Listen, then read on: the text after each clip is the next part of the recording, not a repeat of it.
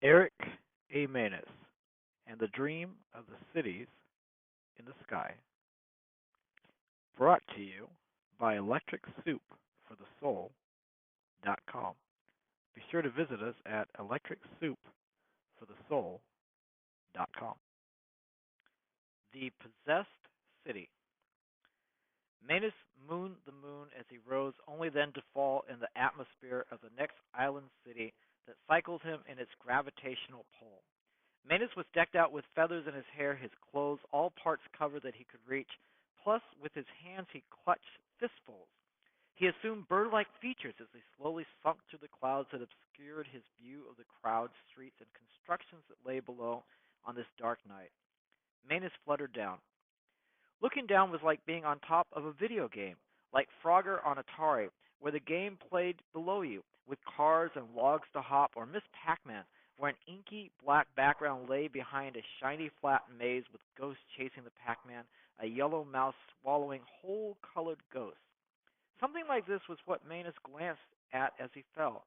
Little people, yellow blobs, all head, hands, and all pulled behind a trail of blobby-colored blocks. Tales of possessions, to each one was yoked. From his bird's eye view, Manus watched as the crowds of blobs stacked colored bags one by one each time they moved, trailing lines of baggage, boxes, stuffed backpacks, continually shuffling the line of belongings so that the last would wind up as the new front of the train of stuff.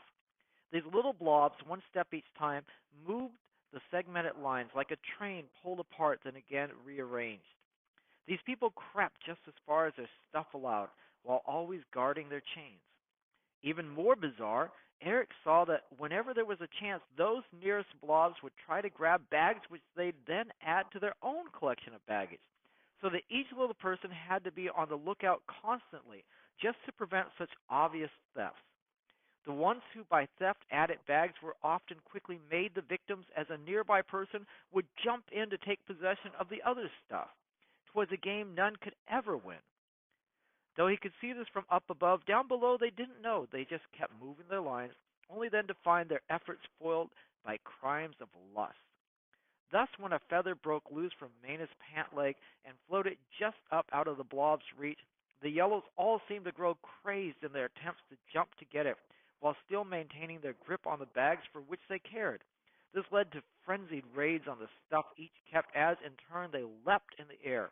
It was too much for the people as they couldn't decide to steal or grab the feather or protect their gear.